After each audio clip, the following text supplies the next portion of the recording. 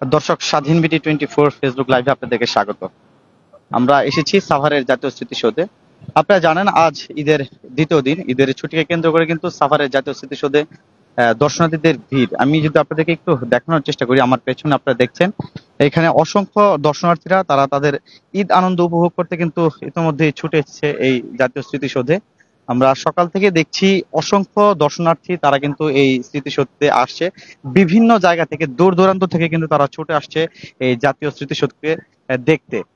আমরা কয়েকজনের সাথে কথা বলে দেখছি তারা তাদের পরিবারের সকলকে, ছোট বড় যারা আছে এবং আত্মীয় স্বজন তাদেরকে নিয়ে কিন্তু এই জাতীয় স্মৃতিসৌধ প্রাঙ্গণে এসেছে। অনেকেই অনেক দূর দূরান্ত থেকে আসছে, তারা কখনোই স্মৃতিসৌধ দেখেনি, অনেকেই স্মৃতিসৌধ দেখেছে কিন্তু তাদের পরের প্রজন্ম, বাচ্চা কাচ্চা এবং আত্মীয় স্বজনদের দেখানোর জন্য কিন্তু এই জাতীয় স্মৃতিসৌধে এসেছে। আমরা দেখছি অসংখ্য বা দর্শনার্থী তারা আসছে।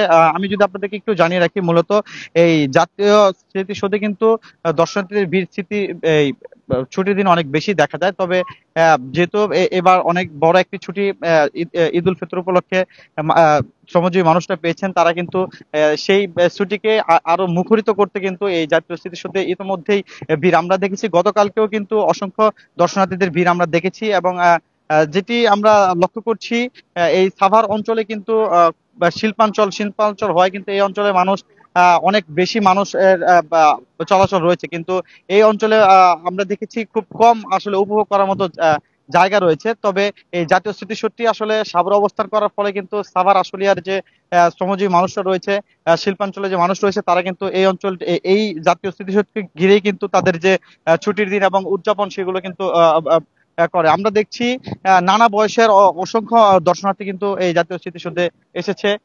আমরা দেখেছি এই টাইমটিতে কিন্তু দর্শনার্থীদের পাশাপাশি কিন্তু নিরাপত্তা যে কর্মীরা রয়েছে, নিরাপত্তা লোক রয়েছে এই স্মৃতিসৌধ, তারা কিন্তু ভালোভাবে আসলে রক্ষা করছে তাদের নিরাপত্তা ব্যবস্থা।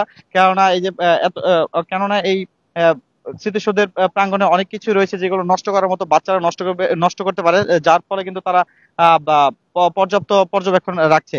আমি যদি আপনাদেরকে একটু জানানোর চেষ্টা করি, এই জাতীয় স্মৃতিসৌধে কিন্তু ঈদ উল ফিতরের যে ছুটি, সেই ছুটিকে কেন্দ্র করে কিন্তু আসলে এত ভিড় আমরা দেখতে পাচ্ছি। দর্শক, এই ছিল সর্বশেষ আমার কাছে জাতীয় স্মৃতিসৌধ থেকে। আপনার সাথে যুক্ত ছিলাম আমি ফরহাদ হোসেন, স্বাধীন বিডি 24 জাতীয় স্মৃতিসৌধ, সাভার, ঢাকা।